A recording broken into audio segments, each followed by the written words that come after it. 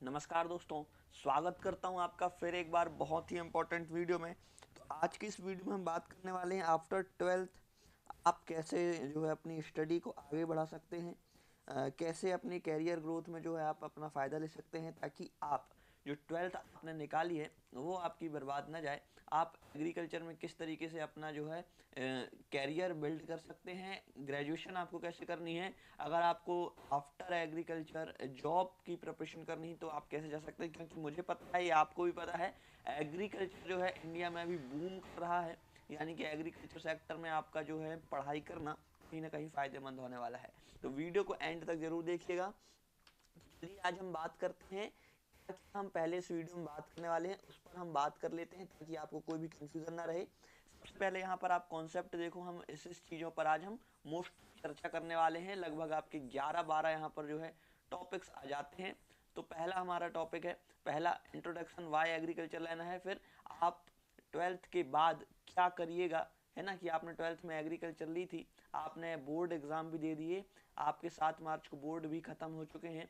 अब आपको क्या करना है, थर्ड एंट्रेंस एग्ज़ाम क्या होते हैं। अगर मुझे आगे बढ़ना है तो एग्रीकल्चर में तो अगर कोई एंट्रेंस देना है यानी कि परीक्षा देनी, तो वो कौन से एग्ज़ाम होते हैं। यहाँ पर MPPAT का नाम आपने ज़रूर सुना होगा, अगर आपने ट्वेल्थ में एग्रीकल्चर ली है ना, तो आपने MPPAT का जरूर नाम सुना होगा। इसके बारे में भी चर्चा करेंगे। ICAR एग्ज़ाम क्या होता है ये आपको बताऊंगा। ग्रेजुएशन स्ट्रक्चर क्या होता है, ग्रेजुएशन में किस तरीके से आप स्ट्रक्चर होता है, ठीक है। आफ्टर ग्रेजुएशन, ग्रेजुएशन के बाद आप क्या कर सकते हो, और फिर हायर स्टडीज ऑप्शंस के बारे में भी बात करने वाले हैं इस वीडियो में, है ना। सारी चीज़ें आपको पता चल जाएंगी तो चिंता करने की आवश्यकता नहीं है। सबसे पहले आप यहाँ पर देखो, हमने ये वाला स्लाइड देख ली। अब हम पढ़ते हैं यहाँ पर पहली स्लाइड में क्यों आपके लिए एग्रीकल्चर इंपॉर्टेंट है, ठीक है। पहला यहाँ पर देखो, इंडिया आपको पता है, पहली तो बात एग्रीकल्चर बेस्ड इकोनॉमी है हमारी इंडिया की, ये सारी चीज़ें बताने की जरूरत नहीं है। तो बेसिकली यहाँ पर आपके 4 पॉइंट्स आ जाते हैं। एग्रीकल्चर इंडिया बेस्ड, इंडिया की जो है इकोनॉमी एग्रीकल्चर बेस्ड है। कैरियर अपॉर्चुनिटीज़ एग्रीकल्चर में अभी बहुत ज़्यादा रैपिडली बढ़ रही हैं, इसलिए भी आप एग्रीकल्चर में जा सकते हैं।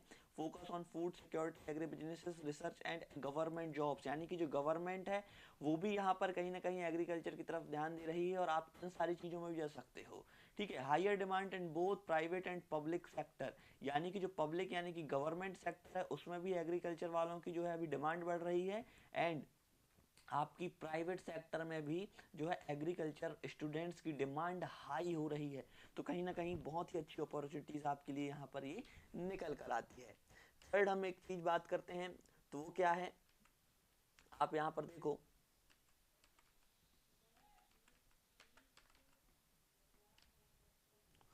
What to do after twelfth, है ना। बहुत ही इंपॉर्टेंट टॉपिक है और मुझे लगता है यही आपके लिए यहाँ पर सबसे महत्वपूर्ण रहने वाला है इस वीडियो में। तो पूरा देखना, पूरा A to Z आपको समझाऊंगा।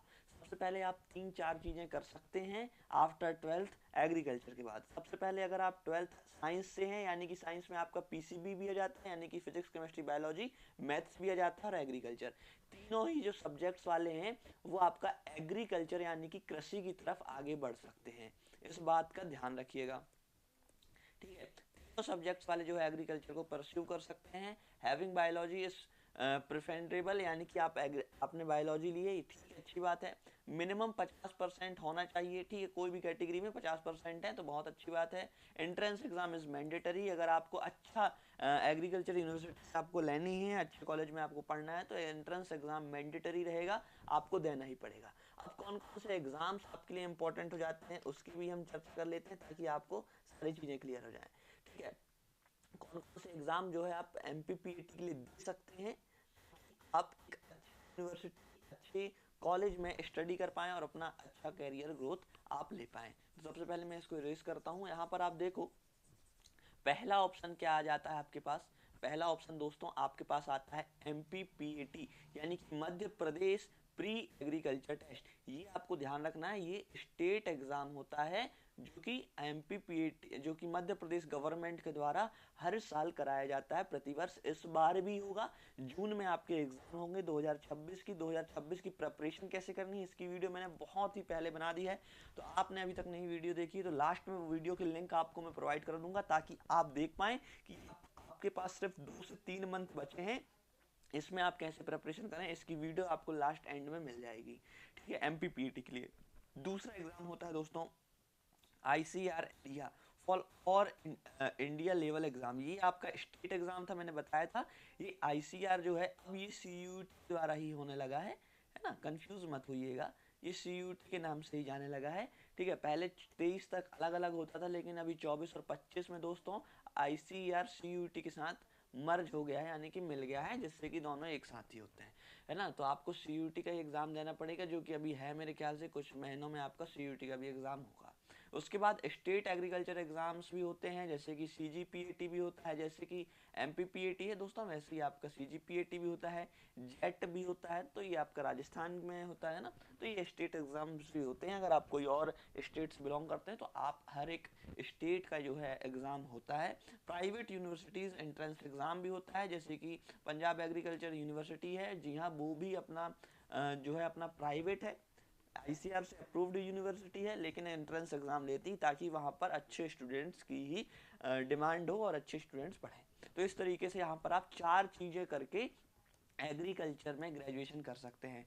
फिर से इसको समराइज करता हूँ। सबसे पहले आप MPPAT दे सकते हो, है ना। अब इसको MPPAT का सिलेबस डिटेल और सारी चीज़ें अगर आपको जाननी है तो इसकी लॉन्ग वीडियो मैंने बना दी है। MPPAT क्या है, इसके सिलेबस के बारे में, एग्जाम पैटर्न के बारे में, ये सारी चीज़ें आपको दूसरे वीडियो में बताऊंगा। अगर इसमें बताने लगा तो ये वीडियो बहुत लंबी हो जाएगी। ICAR के द्वारा जा सकते हैं, यानी कि CUET के द्वारा आप जा सकते हैं, ठीक है। थर्ड आप जा सकते हैं स्टेट एग्जाम्स, स्टेट गवर्नमेंट के जो एग्जाम होते हैं वो आप अपने स्टेट में, जिस भी स्टेट में है पता करिए। छत्तीसगढ़ में है तो छत्तीसगढ़ में CGPAT होता है, राजस्थान में है तो जेट एग्जाम होता है, JET, ठीक है। MP में अगर आप आते हैं तो MPPAT होता है, Madhya Pradesh pre agriculture test. और अगर आपको प्राइवेट में जाना है तो प्राइवेट में वहीं जाइएगा जो ICAR से अप्रूव्ड है। अगर ICAR से अप्रूव्ड यूनिवर्सिटी में अगर आप नहीं जाते हैं दोस्तों, तो मैं बताऊंगा कि आपकी डिग्री की कोई मान्यता नहीं रह जाती है। बहुत से कॉलेजेस, बहुत से एग्जाम्स आपको, जो प्राइवेट कॉलेज से अगर आप डिग्री करते हैं तो उसको मान्य ही नहीं करती है। इसलिए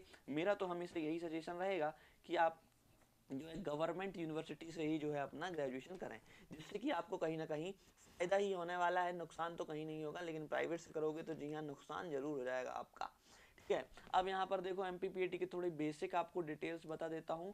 पहला, only for MPPAT Madhya Pradesh, यहाँ पर टाइपिंग मिस्टेक है, जी हाँ। अदर स्टेट्स के भी जो है स्टूडेंट्स इसको डाल सकते हैं, लेकिन वो जनरल कैटेगरी से फिलअप होगा उनका फॉर्म। अगर आप कोई राजस्थान का है और वो सोचे कि मैं MPPAT एग्ज़ाम देना चाहता हूँ, है ना, अगर कोई राजस्थान से है और वो सोचता है कि मैं MPPAT एग्ज़ाम देना चाहता हूँ, दोस्तों वो दे तो पाएगा, लेकिन वह भले वो ST कैटेगरी से हो, लेकिन मध्य प्रदेश अगर देगा और अदर स्टेट वाला है तो वो जनरल कैटेगरी से ही उसके फॉर्म फिलअप होंगे।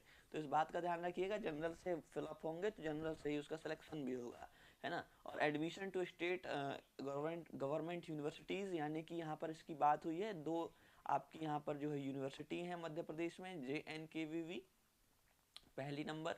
दूसरी नंबर पे आती है, 1960 में इसकी स्थापना हो गई थी और इसकी 2018 समथिंग हुई है ना, 2008 में। और एक और है अपनी RVSKVV, है ना, राजमाता विजय राजे सिंधिया कृषि विश्वविद्यालय। और पहली अपनी जवाहरलाल नेहरू कृषि विश्वविद्यालय जबलपुर, ये ग्वालियर में है और ये जबलपुर JBP में है। तो इस बात का ध्यान रखना, ठीक है। यहाँ पर कौन कौन से कोर्स आपके लिए अवेलेबल है, BSc एग्रीकल्चर अवेलेबल है, BSc हॉर्टिकल्चर अवेलेबल है, फिशरीज अवेलेबल है, ठीक है। बीटेक एग्रीकल्चर इंजीनियरिंग आप यहाँ से कर सकते हो, इस तरीके का फॉरेस्ट्री आप कर सकते हो। ये सारे कोर्सेज जो है 4 साल के होते हैं, 8 सेमेस्टर वाइज होता है ना। अब रही बात इसमें फीस स्ट्रक्चर की, तो फीस स्ट्रक्चर की मैंने पूरी डिटेल में जो वीडियो बनाई है उसमें बता दिया हूँ, तो आप उसको देख लीजिएगा ताकि आपको कोई कंफ्यूजन ना रहे। ठीक है। अब हम बात कर लेते हैं आईसीआर एग्जाम की, थोड़ी थोड़ी बेसिक डिटेल की यहाँ बात कर रहा हूँ। अगर आपको पूरी डिटेल चाहिए तो इसके ऊपर पूरी डिटेल वीडियो मैंने बना दी है, घबराने की आपको ज़रूरत नहीं है। ठीक है, वो वीडियो की लिंक आपको लास्ट में मैं जितनी कोशिश करूँगा उतनी वीडियोस की यहाँ पर लिंक आपको लास्ट में प्रोवाइड कर दूंगा, तो वहाँ से ज़रूर देखिएगा, इस वीडियो को पूरा देख लीजिए, फिर उसके बाद वहाँ पर चल जाएगा। आईसीआर एग्जाम की बात करूँ तो आप इसको रिप्लेस कर सकते हो CUET से, कॉमन यूनिवर्सिटी एंट्रेंस टेस्ट, है ना, CUET से।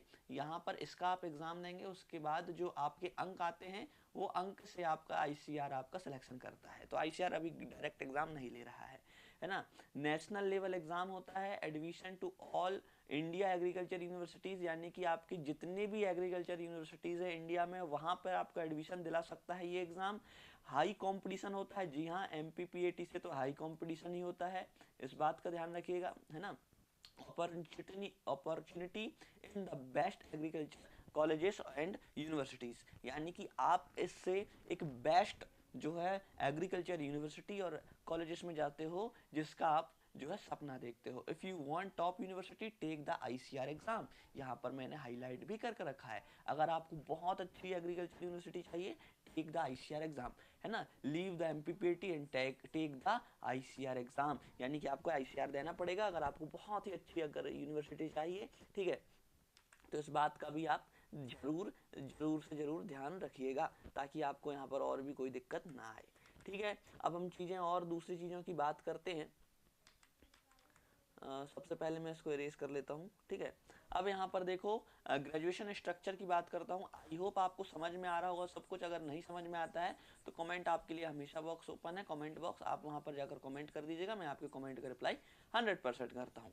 ठीक है, और यहाँ पर आप देखो ग्रेजुएशन स्ट्रक्चर की बात करता हूँ, तो ग्रेजुएशन स्ट्रक्चर में आप कर सकते हो सब्जेक्ट्स आपके कौन कौन से रहते हैं। एग्रोनॉमी से आप कर सकते हैं, soil science, horticulture, plant pathology, entomology, है ना, एग्रीकल्चर, जितने भी यहाँ पर 4 साल का जो है कोर्सेज होता है, यहाँ पर जितने भी कोर्स आपको दिए हुए हैं, आप इन सभी से अपनी ग्रेजुएशन कंप्लीट कर सकते हैं। हर एक अलग अलग चीज़ें होती हैं, हर एक सब्जेक्ट में अलग अलग आपको कोर्सेज पढ़ने को मिलता है, तो इस बात का भी आपको ध्यान रखना है ना। अब हम बात कर लेते हैं नेक्स्ट चीज़ें जो कि आपके लिए इम्पोर्टेंट है दोस्तों। ठीक है, यहाँ पर देखो ग्रेजुएशन के बाद आप क्या कर सकते हो। ग्रेजुएशन के बाद आप जो है एग्ज़ाम्स होते हैं जिसके लिए आप ग्रेजुएशन कर रहे हैं। ADO होता है, RAEO होता है, FCI में जो है फूड कॉर्पोरेशन ऑफ इंडिया में जॉब्स निकलती हैं, सेंट्रल लेवल के एग्ज़ाम है ये। NABARD, national bank of agriculture rural development, for rural development, यहाँ पर जॉब्स निकलती हैं। स्टेट एग्रीकल्चर ऑफिसर्स की निकलती हैं। बैंकिंग में IPS AFO बहुत ही फेमस जॉब है, बहुत सारे लोग प्रिपरेशन करते हैं, इसमें आप जा सकते हैं। इसमें लगभग 60 से 70 हज़ार की स्टार्टिंग सैलरी होती है। ऑप्शन 2 प्राइवेट जॉब्स की तरफ आप जा सकते हो। Seed companies, fertiliser companies, agri startups, food processing industries, agri business farms. ठीक है, इतनी सारी चीज़ों में आप जा सकते हो। अगर आपको जॉब लेने में कोई प्रॉब्लम आती है तो आप मुझसे कॉन्टेक्ट करिएगा, मैं आपको कहीं ना कहीं प्राइवेट एक बढ़िया सी जॉब आपको मैं प्रोवाइड करवा दूंगा, तो इस बात का भी आप जरूर ध्यान रखिएगा, है ना। एग्री एम्पायर के होते हैं, आपको कोई प्रॉब्लम लेने की आवश्यकता नहीं है। तो आप यहाँ पर देखो एक और चीज़ें हैं आपके लिए, मैंने सोचा आपके लिए सारी चीज़ें ही बता दी जाए। अब आपने अगर ग्रेजुएशन कर ली, आप कहोगे सर मुझे ग्रेजुएशन के बाद डायरेक्ट जॉब नहीं लेनी है, मुझे हायर स्टडी करनी है, तो आप क्या क्या कर सकते हो। आफ्टर ग्रेजुएशन आप MSc एग्रीकल्चर कर सकते हो, MBA इन एग्री बिजनेसेस कर सकते हो, PhD भी आप यहाँ से कर सकते हो, ICR JRF की आप प्रिपरेशन कर सकते हैं, रिसर्च फील्ड में आप जा सकते हैं। जी हाँ दोस्तों, opportunity to become a professor, अगर आपको कॉलेज में एग्रीकल्चर का प्रोफेसर बनना है यानी कि मास्टर बनना है, आप हिंदी भाषा में यही समझें, तो आप बिल्कुल यहाँ पर इसके लिए भी आप एलिजिबल हो जाते हो। आफ्टर BSc एग्रीकल्चर इन सारी चीज़ों को आप करने के लिए एलिजिबल हो जाते हैं, है ना, आपको कोई नहीं रोक सकता। अब बात करते हैं सैलरी स्कोप की। सैलरी स्कोप बात करें, फ्रेशर सैलरी में आपको 20,000 से 40,000 पर मंथ आपको प्राइवेट में मिल जाएगी। ठीक है, गवर्नमेंट जॉब सैलरी की बात करूं तो 35,000 से मिनिमम शुरू होती है, 70 तक तो अधिकतम यहाँ पर जाती है, लेकिन मैंने तो कई कई जगह 1.5 लाख रुपए तक सैलरी जी हाँ देखी है, तो इस बात का ध्यान रखिएगा। आफ्टर MSc MBA आपका 6 से 12 लाख यानी कि LPA का आपका जो है आपको बॉन्डिंग मिल सकती है ना। तो इस बात का आप ध्यान रखिएगा, जितनी ज़्यादा आप स्टडी करेंगे उतने ख्याल से आपको जो है आपको सैलरी मिलती है। लेकिन आपका टाइम बहुत ज़्यादा जाता है, आप जो है स्टार्टअप की तरफ भी जा सकते हैं। स्टार्टअप में इनसे कई गुना ज़्यादा आपको सैलरी क्या आपके खुद के ही पैसे वो मिल जाते हैं। ठीक है, अब स्टेप बाय स्टेप आपको रोड मैप बता देता हूँ फिर से एक बार सारी चीज़ों का। ठीक है, फर्स्ट आपका यहाँ पर जो है पॉइंट है कंप्लीट ट्वेल्थ साइंस से। आपने साइंस से अपनी जो है ट्वेल्थ आपने कंप्लीट कर ली। साइंस से इसका मतलब बायोलॉजी बस मत समझिएगा, साइंस से मेरे कहने का मतलब है एग्रीकल्चर वाले भी, मैथ्स वाले भी एंड ऑल्सो बायोलॉजी वाले भी। तो ये तीनों चीज़ों की मैं बात करता हूँ साइंस कहने से ये मतलब रहता है। अब take the entrance exam just like MPPAT and CUT या ICAR। ठीक है, आपने MPPAT एग्जाम दे दिया, उसके बाद pursue years of BSc agriculture, यानी कि आपने 4 साल की ग्रेजुएशन आपको करनी पड़ेगी। देन ऑबिटेंट या इंटर्नशिप प्रैक्टिकल एक्सपीरियंस, आप जो है इंटर्नशिप भी ले सकते हैं अगर आपको प्रैक्टिकल एक्सपीरियंस चाहिए, और आपको बाद में कैरियर गाइडेंस में भी और कैरियर अपॉर्चुनिटीज़ भी आपको पेड इंटर्नशिप आप जो है कर सकते हैं। यानी कि कंपनीज, कुछ कंपनीज रहती हैं जो पेड इंटर्नशिप आपको देती हैं। अप्लाई फॉर गवर्नमेंट और प्राइवेट जॉब्स, अगर आपको जॉब्स के लिए जानी है तो आपने इतनी सारी चीज़ें की, इसके बाद जो आप जॉब की तरफ भी जा सकते हैं जिससे कि आपको सैलरी मिल जाएगी, है ना। एक और बात, MPPAT देने के लिए अभी बहुत ही कम समय बचा है, अच्छे से प्रिपरेशन करिएगा, आपका सिलेक्शन 100% हो जाएगा, कोई आपको यहाँ पर प्रॉब्लम नहीं आएगी। अगर आपको MPPAT देने में कोई प्रॉब्लम आ रही है तो आप मुझसे कांटेक्ट करें, यहाँ पर मेरा व्हाट्सअप नंबर आपको डिस्क्रिप्शन बॉक्स में मिल जाएगा। आपको MPPAT के नोट्स भी मिल जाएंगे जस्ट और जस्ट 999 में, यानी कि सिर्फ 999 यानी कि 1000 से भी कम रुपए में आपको MPPAT के नोट्स में आपको प्रोवाइड कराऊंगा। बहुत ही कम फीस यहाँ पर मिल रही है। ठीक है, और आपकी यहाँ पर आफ्टर कुछ दिनों के बाद, है ना, कुछ दिनों के बाद आपकी MPPAT की कोचिंग भी यहाँ पर स्टार्ट होने वाली। बहुत ही मिनिमम फीस रहेगी, 5000 रुपये से कम ही रहेगी, तो इस बात का ध्यान रखिएगा। एग्री एम्पायर को सब्सक्राइब कर लीजिएगा। नोट्स की अगर आपको नीड है तो डिस्क्रिप्शन बॉक्स में जाना, आपको सारी कुछ यहाँ पर डिटेल मिल जाएगी, और डिस्क्रिप्शन बॉक्स में मेरा व्हाट्सअप नंबर मिल जाएगा। आपको बहुत ही कम प्राइस में सिर्फ और सिर्फ 999 रुपये में MPPAT के हिंदी मीडियम के PDF नोट्स आपको मिल जाएंगे। बहुत ही शानदार नोट्स हैं, मैंने खुद प्रिपरेशन करके बनाए हैं, बहुत ही अच्छे हैं, आपको PDF फॉर्मेट में मिलेंगे। तो इस बात का ध्यान रखिएगा, अगर आपको नोट्स चाहिए तो बिल्कुल थोड़ी सी हेल्प मेरी भी हो जाती है अगर आप नोट्स लेते हैं तो। मिलते हैं नेक्स्ट इंपॉर्टेंट वीडियो के साथ। आई होप ये वीडियो आपको पसंद आई होगी। Thank you.